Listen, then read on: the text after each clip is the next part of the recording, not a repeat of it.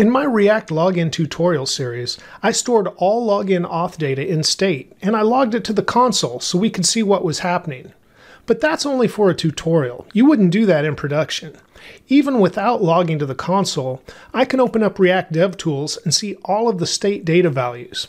Today we'll go over some simple best practices to keep your login data more secure, including how to disable React DevTools.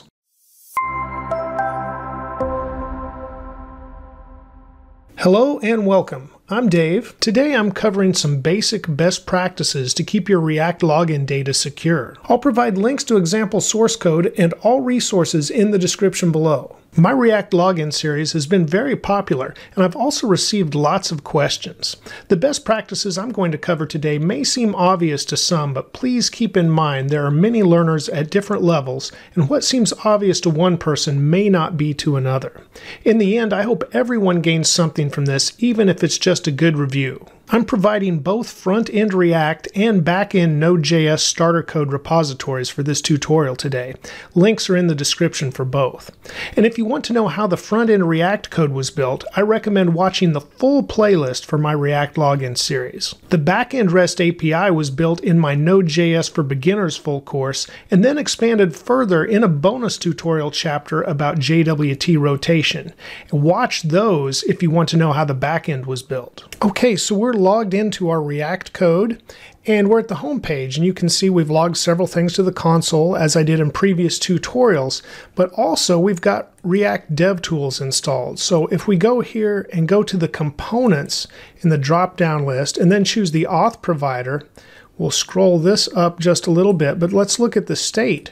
We can see all of the state. Here's Jane's password, of course, her username, her roles, her access token, everything's there. So the first thing we want to do is disable React DevTools when we're in production for our application. Now, while it's possible to write your own function to do this, there is a package that was published, and you can actually use it here from the package. So we'll just copy the npm I, and notice that's named Disable React DevTools. There's more than one of these at npm, so look for the one that says @fvilers. Notice it was published just a month ago from the time that I am creating this tutorial, and it also supports TypeScript. So there's several good things about this version of Disable React DevTools. So look for this one in particular.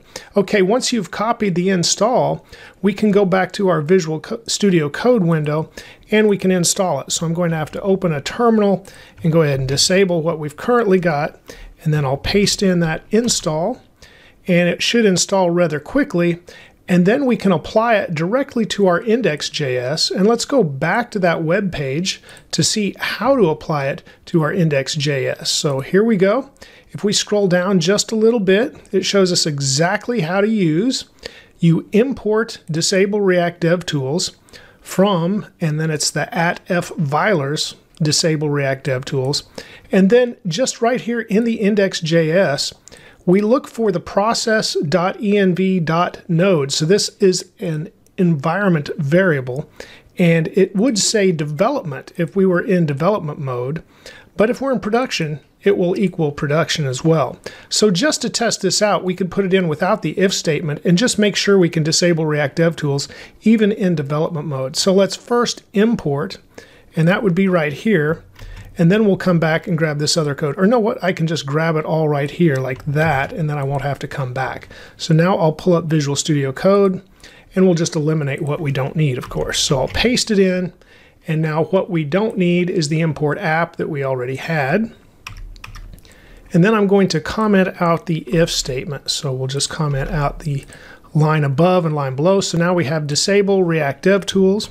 We can save that. Open up a terminal, once again type npm start, and now it'll probably start our app in a new window, but all should be good, and we'll see if we can open DevTools or not once the app opens up. Okay, without even logging in now, I'll open up DevTools here, and we'll see if we have React DevTools. We do not. I'll go to the console.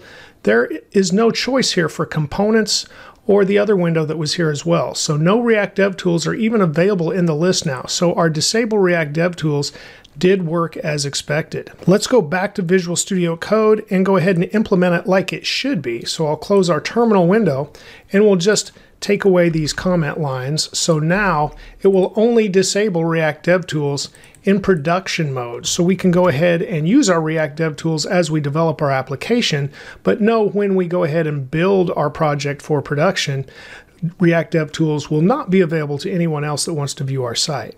Okay, our second best practice for the day is just to ask ourselves, does the data really need to be stored in state? Or are we putting things in there that we don't need? Let's look at an example of this as I open up the components folder, and we'll go to the login component.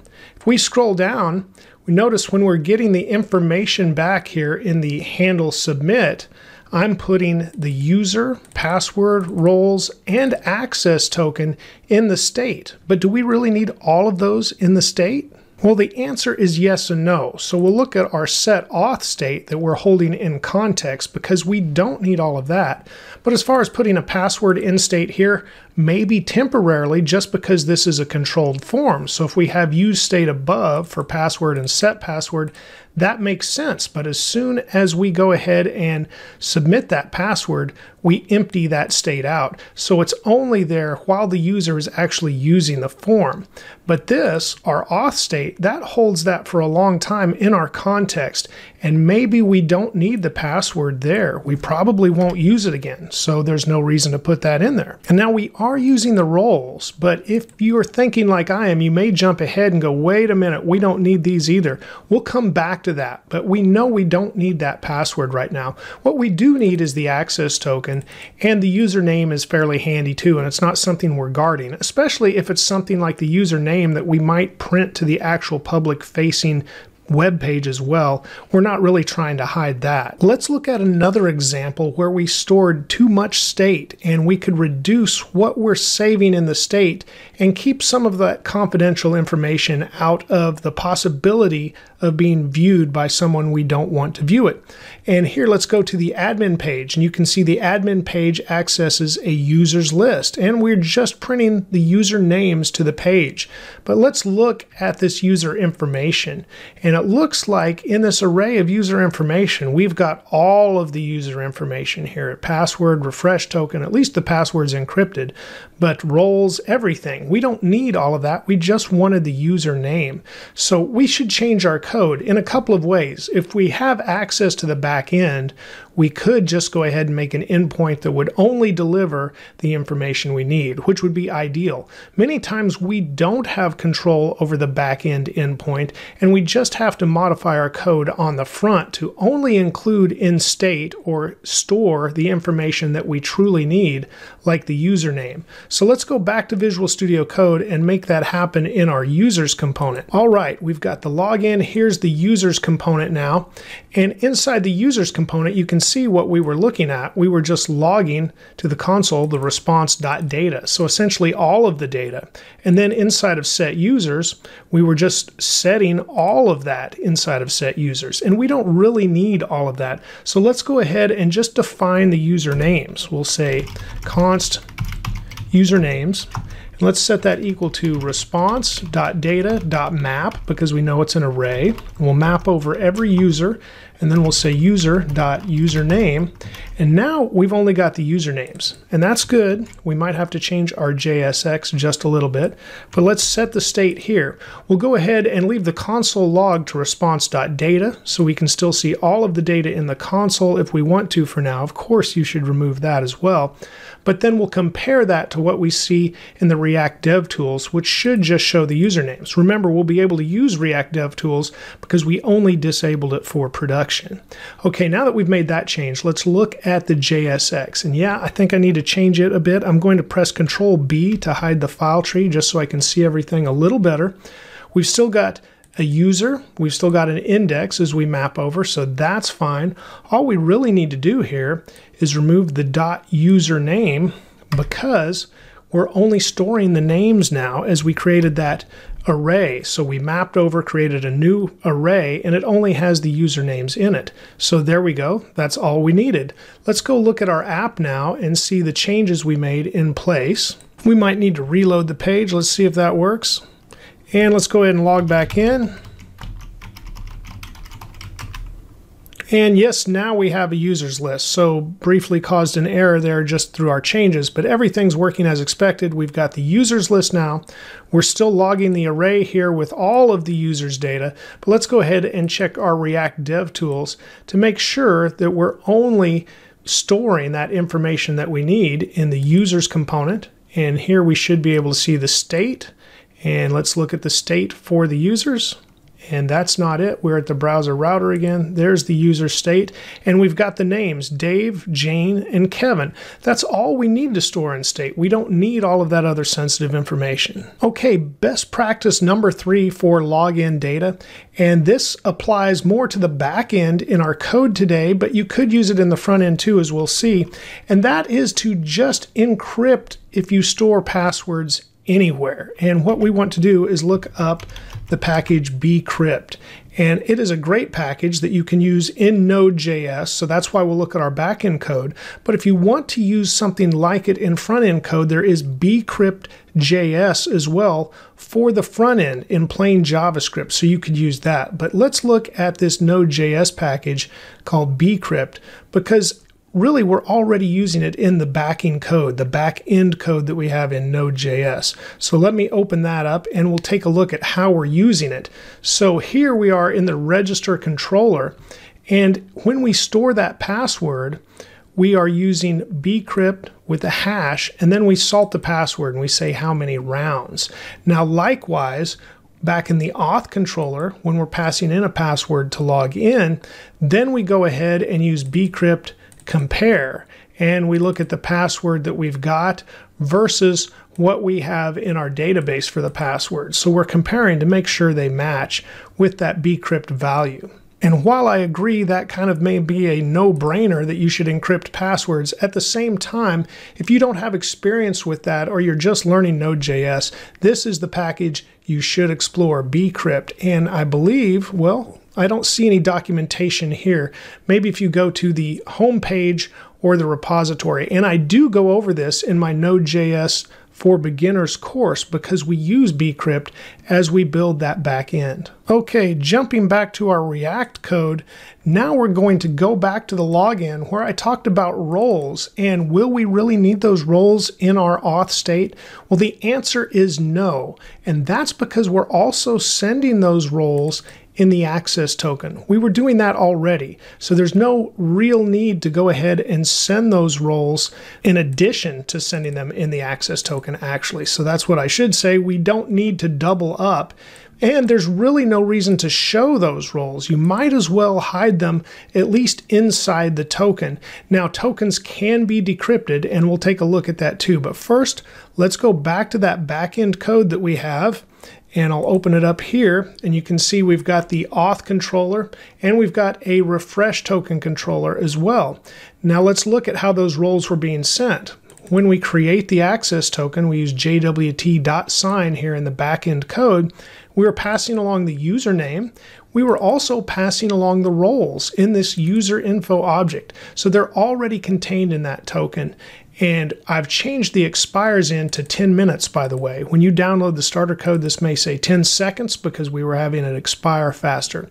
But this would be 10 minutes now, so it'll expire. Of course, it has on me a few times, but it would refresh as well. So once you've got that, and you know you're already passing the roles along, there's really no reason to send the roles here too, because they're already inside of the access token. So we can just go ahead and save this as is. And now we're only passing along that access token, but it has all of the information we need. Let's go ahead and make that same change in the refresh token controller to make sure we're not passing along the roles there as well. Notice we had the roles defined to go inside of the access token here too. So when we come down, yes, we had the roles that we were sending along as well, just in the tutorial. Kind of highlighted that information, but it was already inside the access token. No need to send it twice. But now with this change in place, we'll need to go back to our React code and make some changes too, because we essentially broke our app. It was looking for these roles and it was using them from the state. So we'll remove it here. So now we're only storing the user and the access token inside of our auth state, and we really don't need to grab the roles any longer here that we were defining. So we'll go ahead and remove that line as well.